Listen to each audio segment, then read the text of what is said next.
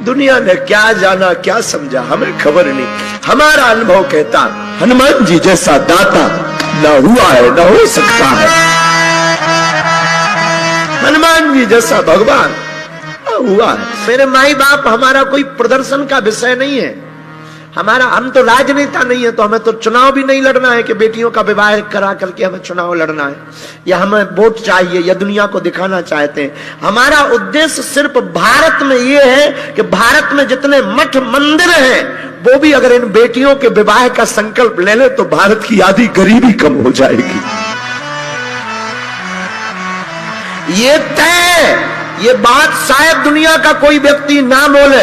हम बोलते हैं कि हम अपने पैसों से नहीं करा रहे, जो तुम लोग हमें दक्षिणा में देते हो हम उसी से करा रहे। लेकिन हो तो दुनिया में ऐसा कोई जो अपनी कमाई से बेटियों का विवाह करवा दे, हो तो जो अपनी कमाई से अपनी नौकरी से बेटियों का घर बसा दे। हम सिर्फ ये, हाँ हम अमीर नहीं है, हमारे पिताजी अमीर नहीं रहे, ना हम अमीर है, ना हमारा खानदान अमीर रहा, लेकिन बेटियों का विवाह करा करके हम दुनिया को बताना चाहते हैं कि तुम बहुत अपने लिए जीते हो, एक दिन तुम कभी दूसरों के लिए जीने के लिए सोचो। और हम चाहते हैं इस भारत में एक दिन, आज हम घोषणा करके कहते हैं आज तो हमारी क्षमता नहीं है, आज तो इतनी सामर्थ्यता नहीं है, जितनी है कम नहीं है, इतना दिया सरकार ने मुझको जितनी मेरी औकात नहीं, इतना दिया, इतनी औकात नहीं। आज तो क्षमता नहीं है, लेकिन व्यासपीठ से हमारा प्रण है कभी इसी मंडप में हम 1100 बेटियों का घर बसाएंगे। कभी कभी जब भगवान कृपा करें। हमने अपनी बहन के विवाह में भोगा है, हमने अपनी में, हमारा पुराना घर अलग जगह है, नया घर दूसरी जगह। नया घर में जब हम गए थे तो पुराना घर बरसात में गिर गया था, तो माता पिताजी और हम डेरा लेकर के, एक छोटा सा कमरा था समाज सेवा भवन, उसमें डेरा डाला था बरसात में, उसी में रहते थे। उसी में हमारी बहन का विवाह हुआ था। तो हमने भी 1.5 रुपए का एक कार्ड छपवाया था। पता है कितने छपवाए थे? मात्र 70 कार्ड। जब तो हमने तुमसे कहा था कि तुम 700, 500, 700 कार्ड छपाओ, क्योंकि हमने अपनी बहन के में तो 70 ही छपा पाए, लेकिन हमारी जो बेटियां हैं उनके में खूब छपे, खूब छपे।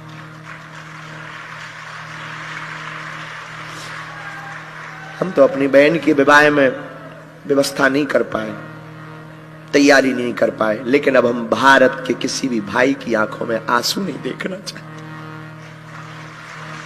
हमने जो सहा वो दुनिया ना सहे, हमने जो दुख भोगा वो दुनिया ना भोगे, हमने जो अवहेलना सही वो दुनिया ना सहे। आज बताना नहीं चाहिए, पर हम आज रह नहीं पा रहे, अपने आप को कंट्रोल नहीं कर पा रहे। हम जिस मकान में रहते थे वहां पूरे गांव के लोग गंदगी करते थे उस कमरे में। बरसात में जब मकान गिर गया तो हमने खुद अपने हाथ से साफ की मकान, उस कमरे को साफ करके डेरा डाला। 2 दिन तक भोजन माँ ने स्कूल में बनाया और फिर रहे। समय है, लेकिन एक बात बोले, क्षमा करना, हम बहुत विनम्रता पूर्वक हाथ जोड़कर कहते हैं ये भगवान की कृपा है, सो तो ठीक है, पर हमने कभी हनुमान जी के चरण को नहीं छोड़ा। यहाँ हमारे गांव के लोग भी बैठे, तो बहुत तरीके से जानते होंगे, गांव के लोग भी बैठे, उन सबको पता। हमारे सामने भी भाभी जी का परिवार पूरा सब लोग बैठे हैं, और इनके सामने हम ये कह रहे हैं कि हम जब भी बचपन से ही, हमारे गांव में एक महामाई माता कहलाती वहां हनुमान जी, जब तक हम उस घर में रहे तो चक्की वाले हनुमान जी के पास रोज जल चढ़ाने गए। संजू को याद होगा। यहाँ हम जब दूसरी घर में आए, छोटे से कमरे में समाज सेवा का भवन था, वो भी टूटा फूटा, उसमें पूरे गांव के लोग नित्य क्रिया करने तक जाते थे। तो उसमें जब कमरा था नहीं, पिताजी की सामर्थ्यता नहीं थी, उसी में जब हम रहे, इसीलिए तो हमने फिर चाह करके, जानबूझ करके, अभी तो नहीं बना पाए, अभी तो जैसा ठीक है, पर हमारी इच्छा एक बार है कि हम अपने माँ पिता के लिए एक छोटा सा भवन बनाएं, ताकि हमारे माँ बाबूजी उसमें रहे। हम ये कामनाएं हैं, वो बात अलग है, और हमारी आत्मीय इच्छा माता पिता। तो हम आपको बता रहे थे कि महामाई माता में हनुमान जी रोज 4 बजे सुबह, जब पूरा गांव सोता था, हम 4 बजे सुबह वहां जाकर के हनुमान जी महाराज के सामने बैठते थे और बागेश्वर धाम पर दर्शन करते थे। बस एक ही बात कहते थे, कभी कृपा करना, कभी ध्यान आए हमारी तो हम पर भी नजर रखना।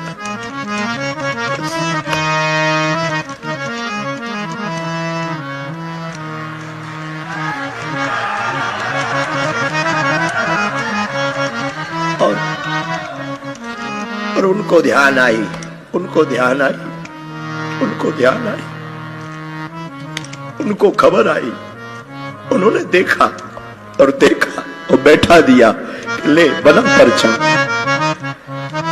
लगा दरबार, कर कथा। भगवान बहुत दयालु है। इस कलिकाल में हनुमान जी जैसा दयालु कोई नहीं है। हनुमान जी जैसा दयालु हम तो अपना अनुभव कहते, दुनिया का नहीं। दुनिया ने क्या जाना क्या समझा हमें खबर नहीं। हमारा अनुभव कहता हनुमान जी जैसा दाता न हुआ है न हो सकता है। हनुमान जी जैसा भगवान न हुआ है। सबके लिए कोई कुछ होगा, हमारे लिए तो हनुमान जी। लोग कहते हम क्या कहते, हम तो हनुमान जी के नाम पे खाते, हनुमान जी के नाम पे खा रहे हैं, हनुमान जी के नाम पे ही खा रहे हैं, पर उसकी कृपा है। लेकिन हाँ, हम खा रहे हैं, हम दक्षिणा लेते हैं, लेकिन अपने सुख के लिए दक्षिणा कभी नहीं लेते हैं, अपने सुख चैन के लिए नहीं। हम कथा की दक्षिणा लेते हैं, हाँ हमारी दान पेटियों में दान आता है, लेकिन कभी हमने मंदिरों का निर्माण नहीं किया। हम साल भर के लिए जुटा जुटा करके रखते हैं। 1 रुपया अगर कोई यहां वहां कार्यकर्ता कर दे, हम लड़ पड़ते हैं कि वो हमारा नहीं है, बेटियों का है। कई बार छोटे छोटे लोग, कई बार हमारे बच्चे चोरी तक कर लेते, हम जान भी जाते, समझ भी जाते, हम उनको बस यही अकेले में समझाते कि देखो हमारा नहीं है, वो बेटियों का है, तुम हमारी चोरी कर लो, हमारी बेटियों का भाग। लेकिन कभी भगवान ने चाहा ना, हम तो यही प्रार्थना करते आज की कथा में जितने लोग बैठे, जो हमने भोगा हनुमान जी साक्षी है, कभी तुमको ना भोगना पड़े। हमने जो सहा, हम तो पैदल चले, सब्जी तो कभी मिली नहीं, और हमारा तो एक समय ऐसा आया था, बोलना नहीं चाहिए, पर वो बात बोले बिना कई बार ना रह नहीं पाता मन। हमारा तो एक समय ऐसा, हमारे पिताजी का कार्ड में नाम नहीं लिखता था शादियों में। हमको आज भी एक याद है, वो चर्चा करने योग्य नहीं है, आई नो, पर एक किसी सज्जन के यहाँ पर एक फंक्शन हुआ था, पूरे गांव का निमंत्रण हुआ था, हमारे पिताजी का नहीं हुआ था, क्योंकि हम गरीब थे। बन जाते हैं लाखों रिश्ते, जब पैसा पास होता है टूट जाता वो रिश्ता गरीबी में जो सबसे खास होता है। कोई किसी का नहीं होता इस दुनिया में, कोई किसी का नहीं होता। गरीब का तो सिर्फ कृष्ण होता है, गरीब का सिर्फ, गरीब का सिर्फ गोविंद होता है, गरीब का तो सिर्फ परमात्मा होता है। हमारे मंचों पे भी यही होता है। बड़े बड़े अमीर लोगों को हमारे सेवादार चढ़ा देते, बड़े बड़े जो पद पर बैठे हैं वो आरती कर जाते हैं, जो पैदल चलकर आते हैं, धक्के खाकर आते, वो बेचारे पीछे खड़े रह जाते हैं, मंच तक नहीं आते, मंच तक नहीं आ पाते। कोई अमीर को धक्का नहीं मारता इस देश में। हमारे बागेश्वर धाम पे भी हमारे सेवादार अमीरों को धक्का नहीं मारते, उनको धक्का मारते जिनकी ज्यादा औकात नहीं होती।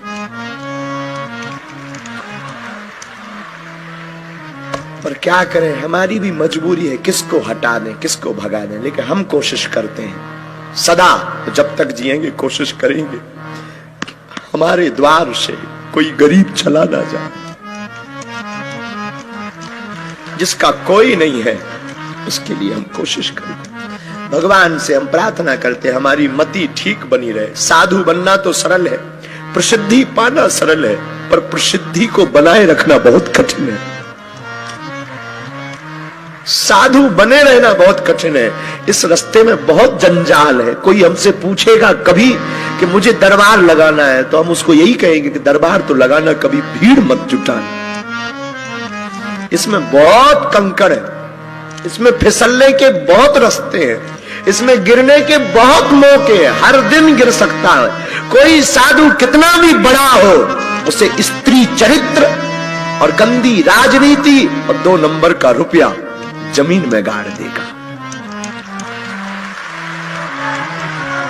साधु बनना सरल है, साधु बने रहना बहुत कठिन है। हमारे लिए तो बहुत कठिन है। हम कोशिश करते कि हमारे द्वारा कोई अपराध ना हो। हम सदा अपने बच्चों को बोलते, अपने सेवादारों को बोलते कि याद रखना, तुमसे या हमसे कोई भूल हुई तो भारत में कोई 10,000 सालों तक महात्माओं पर भरोसा नहीं करेगा, कोई सनातन पर भरोसा नहीं करेगा।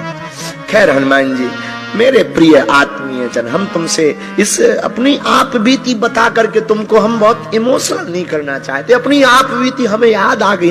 हम आपको सिर्फ ये बताना चाह रहे हैं कि तुम अपने काम आओ, पर तुम्हारे आसपास कोई ऐसा हो जो वंचित हो, गरीब हो, दीनहीन हो, तुम्हारी जिम्मेदारी है एक घड़ी सही उसका सपोर्ट जरूर करो, सहयोग करो, उसकी मदद करो।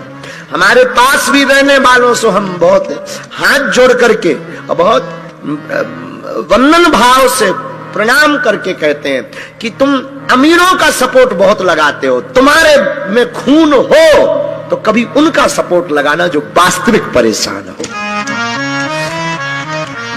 वास्तविक। खैर ये बातें तो बहुत होती रहती हैं, बहुत बार हम कर चुके, कोई बड़ी बात नहीं।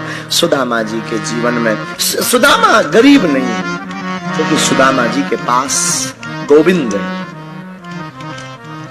दरिद्रा सीधे माना सा दीप माना भिगम्य चा।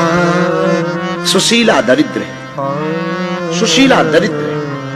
और दरिद्र का अर्थ जो अस्त व्यस्त है, जिसकी कामनाएं अस्त व्यस्त, कभी तो विरक्ति की कामना और कभी आसक्ति की कामना। बच्चों को देखती है तो आसक्ति जाग, और पति के भाव को देखती तो विरक्ति जाग।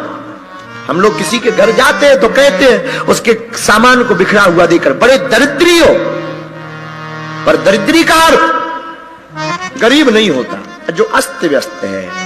सुशीला कामनाओं से अस्त व्यस्त है। सुशीला के अंदर एक चाह है कि एक बार में थोड़ा धनवान बनूं।